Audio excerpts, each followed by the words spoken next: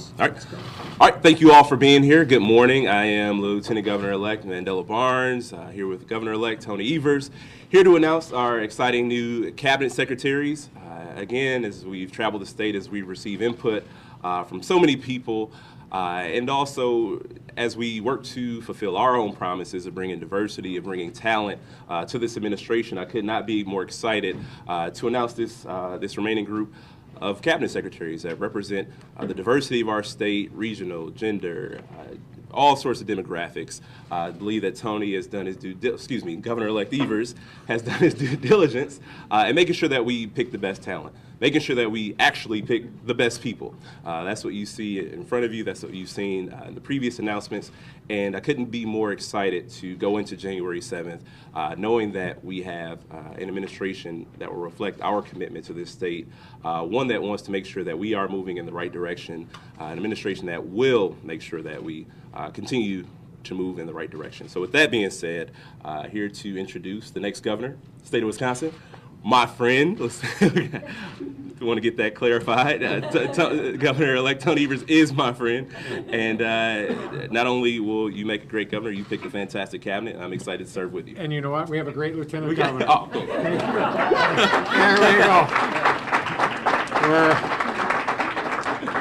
We've got that piece down. Thanks so much, everybody, for being here today. And another important opportunity to introduce to the state of Wisconsin the group of leaders that are going to, several groups of folks that are going to be leading our important state agencies going forward. And also to make sure that we understand how important these selections are. We try our best to make sure that we have nothing but the top talent, and I think we've accomplished that.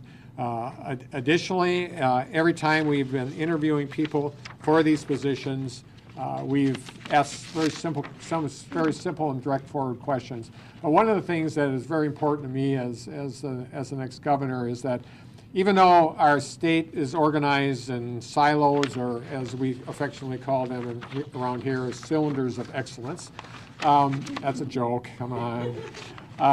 The fact of the matter is the leaders that we select have to be able to intuitively connect the dots in the work. No matter what the issues are that we're trying to resolve as a state and do the work that people elected us to do, is that we want to make sure that our leaders of the agencies connect the dots, and working with other agency leaders.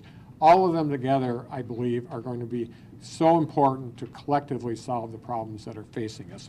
So to summarize, we have to make sure that these leaders and make sure that state agencies collaborate with our legislators on the best practices supporting the success of Wisconsin kids and families, to ensure that our tax policies are fair to middle-class Wisconsin, promote economic development policies that value the skills that all Wisconsinites bring to this state, and attract and retain employees so Wisconsin businesses can grow and prosper, and make sure that Wisconsin residents have access to affordable health care while protecting the coverage for those with pre-existing conditions. Lieutenant Governor Barnes and I are honored to have these folks join our administration, and we look forward to working with each and every one of them going forward. So now I'd like to introduce the first member of this team. To kick it off is Emily Amundsen, the next Secretary of the Department of Children and Families. Thank you. Thank you.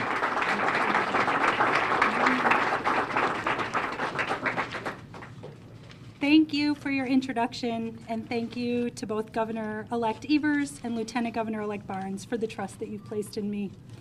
Governor-elect, yes. We've worked together for over a decade, and in that time I've been lucky to learn from you, a leader whose North Star is guided by collaboration, common ground, and connection making. Your cabinet is shaping up to be fertile ground for this kind of leadership, and I could not be more excited to serve. As I begin alongside the excellent staff at DCF, I'm grateful to my spouse, Aaron, an elementary art teacher, and my 2 school-age children. These 2 littles are my pride and joy, but we could not have done it without our village. My parents and mother-in-law, who have provided so much support in the form of pickups, drop-offs, after-school care, and above all, love. Our village, it also includes the Early Childhood Education Center, where my kids spent the better part of the last 5 years. There, they were supported and loved by a network of early childhood professionals whose value to my family is absolutely unmeasured. DCF will continue to support a talented pool of early childhood professionals and elevate this critical profession, guided by the Early Childhood Advisory Council recommendations. Without our village, I'm not sure how we could have gotten through the past 6 years as working parents. For others with challenges or hurdles far greater than ours, this village is even more critical. Villages, they become like families, and at DCF, we'll ensure the definition of family reflects, whenever possible, the village each of us uses to balance our lives, our needs, and our personal growth. Each of our villages may look a little different, and at DCF, we'll continue to innovate, create, and prioritize programs and opportunities that help families in both short and long-term ways.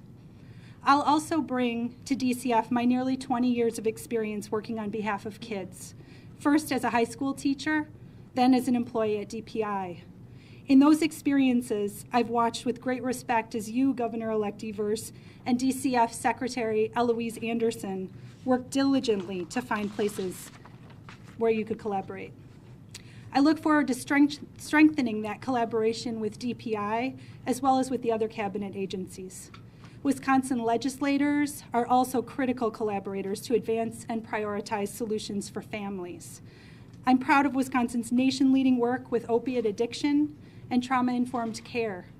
Housing stability, after-school care, human trafficking, and youth justice reform are other areas ripe for continued collaboration with legislators and cabinet agencies alike. Above all, I'm honored to work for a leader whose core belief is one that I deeply share. What's best for our kids is what's best for our state. Thank you. And please join me in welcoming Representative Peter Bartha.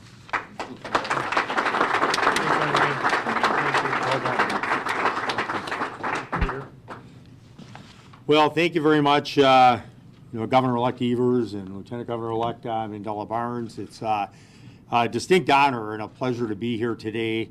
I'm very thrilled about being a cabinet secretary to head the Department of Revenue in this very dynamic administration. I met so many of our teammates here, and I'm so thrilled about joining them all. I'm thrilled for the opportunity to oversee this critical state agency, which oversees so many facets of state government. My priorities as a legislator have always been economic development, helping to stimulate family-supporting jobs, expand the middle class, and assist small business growth. And the State Revenue Department plays a critical role in all these aspects, and I believe we can help attain these goals in this department. I was very pleased to be part of the Clinton administration, heading the Midwest for the Small Business Administration and later the National Regulatory Fairness Commission. But I'm even more excited being back in my home state of Wisconsin to be able to impact policies that affect each and every citizen across our great state.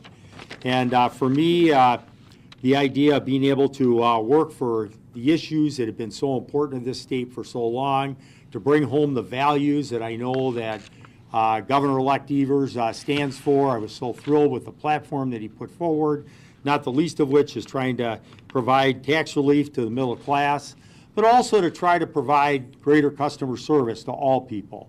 In the Regulatory Fairness Commission, we try to make it easier for small businesses to comply with regulations. We'll try to do the same thing here to help all Wisconsin organizations to be able to comply and all taxpayers. So I look forward to having a customer-friendly approach to try to ensure that we're doing all we can to represent the values of this great administration. And I'm just so pleased and thankful to Governor-elect Evers and Lieutenant Governor-elect Mandela Barnes. So with that, it's my great pleasure to introduce our next Secretary of Safety and Professional Services, Dawn Krim.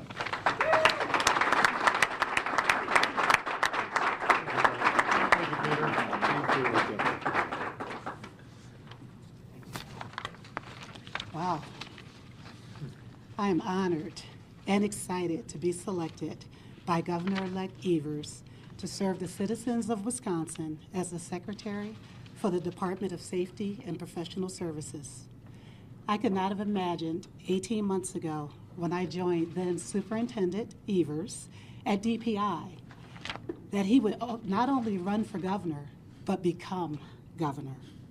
And then, in turn, asked me to go from working on behalf of the students and educators across the state to join him in working alongside 220 plus professions licensed by the state of Wisconsin, from accountants to cosmetologists to real estate brokers to welders.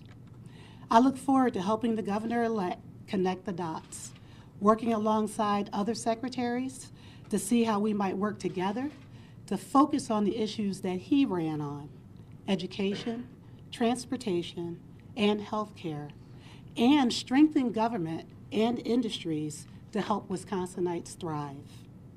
The Department of Safety and Professional Services mission is to promote economic growth and stability while protecting the citizens of Wisconsin.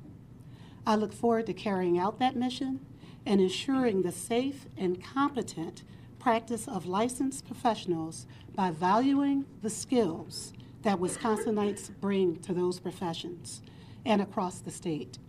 I want them to know that we see you and we value you. Much like the work I did at UW-Madison on behalf of the Labor Licensing Committee, ensuring that the clothing that had the university logo were made in the best possible conditions all around the world, we valued the workmanship of those workers. That work took me to the Dominican Republic, Vietnam, San Salvador, and other places to meet the workers and see the conditions that they're working under, to let them know that the university cared about their workmanship and valued the work that they were giving us at the university. And so in those visits, I look forward to having visits around the state of Wisconsin to also show those workers that the governor-elect and the other secretaries and I see you and we value you. Who would have known 23 years ago when I moved from Pennsylvania to Wisconsin to become an assistant women's basketball coach at UW that I would someday be standing next to the governor-elect and moving into his cabinet? So I'd like to thank the university for that opportunity. I worked in positions all across campus, especially in the chancellor's office under Lamar Billups, who was an incredible state employee for Wisconsin, as well as working with Edgewood College as a board of trustee member on their building and grounds committee, and then of course working at DPI, who gave me my true entry into state government.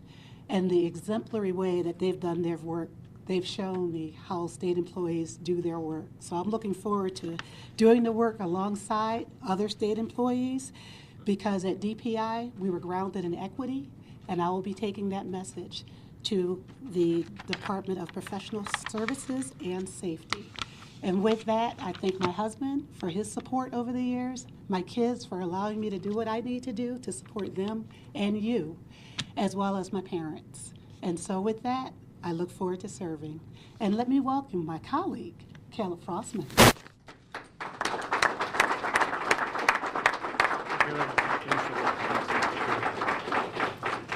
I just want to start by saying I'm deeply grateful to both the governor-elect and the lieutenant governor-elect, and I'm honored and humbled by this incredible opportunity to be part of a team whose collective goal is to improve the quality of life for all Wisconsinites. And standing here today, I'm really proud that I have roots across the state of Wisconsin. I was born in Stevens Point, grew up in Green Bay, went to college here in Madison.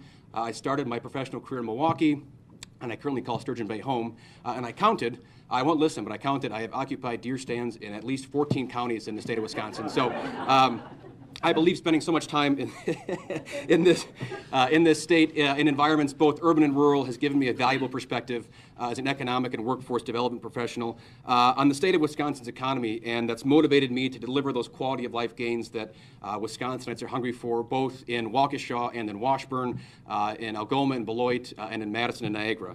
And having worked in both those fields, economic development and workforce development, I really feel that with the help of smart legislation that we can find those gains. And I love the daily challenge of working with all community stakeholders to strategically invest our limited resources of time, value, and money working with elected officials, educators, students, entrepreneurs, business owners to create the greatest return for our community. And specifically with workforce development, I really look forward to the challenge of harnessing the power of DWD to increase the capacity of all Wisconsinites to enter the workforce, to stay in the workforce, and just as importantly, advance within it.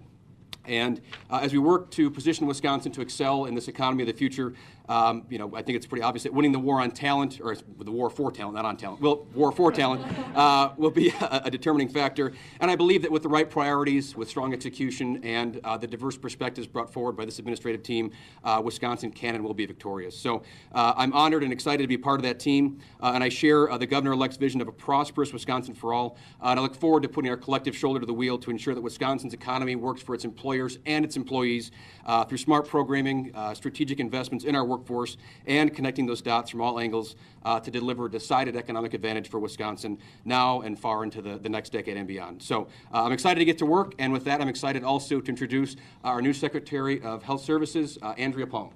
Thanks so much, Andrea. Thank you. Good morning.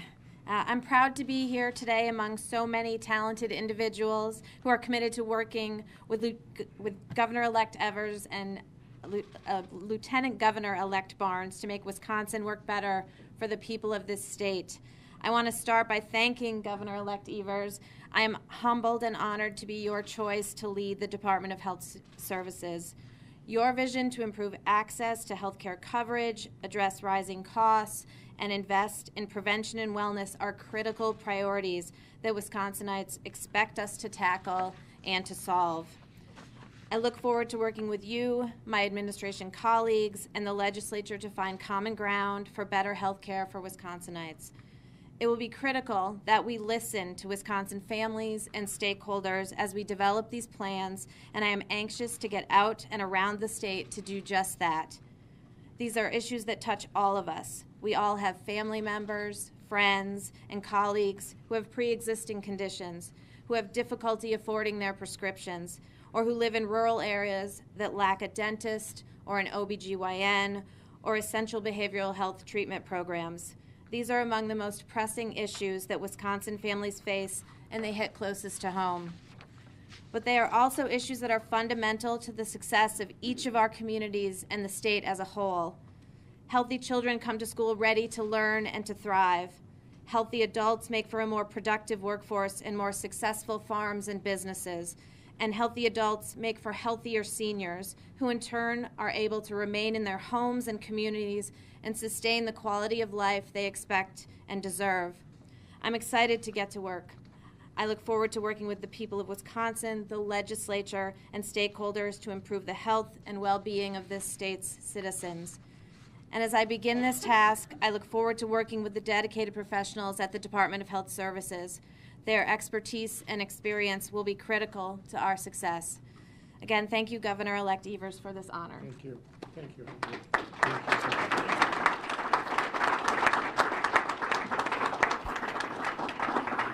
And all of them mentioned being humbled. I am humbled to have them join our cabinet. I think they're extraordinarily talented people. They're going to be able to connect the dots, and most importantly, they'll be able to serve the people of Wisconsin in a fashion that befits the people of Wisconsin. That's high quality, lots of talent. So with that, I'll be glad to answer any questions anybody may have. Yes, sir. Secretary, you just mentioned pre-existing conditions. There's a bill circulating now that would provide state protection, but does not have a cap on annual or lifetime expenses. Right. Are you looking for something like that to come from the state legislature to provide those protections at state level? Well, our focus has to be at the federal level right now. Even though the law has been overturned, it's clear that it's going to wind its way through the federal judicial process going forward. And so having those protections at the federal level are critical, because state law prohibits regulation in this arena of self-funded insurance plans, which clearly represent a lot of people in the state of Wisconsin, whether it's in school districts and other municipalities or large corporations. So I think our focus has to be there, and I'm glad that people are caring about that in the legislature, because the people of Wisconsin care about it a lot.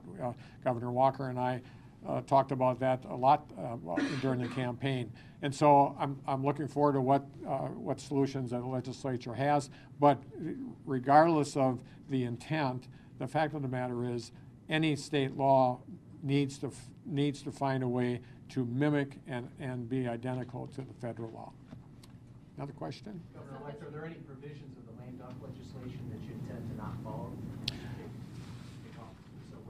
No, the legislation that passed in the lame duck session I found to be problematic from all sorts of areas, not only for myself but for the Attorney General. I personally have reviewed them, and we've reviewed them with attorneys and other legal staff.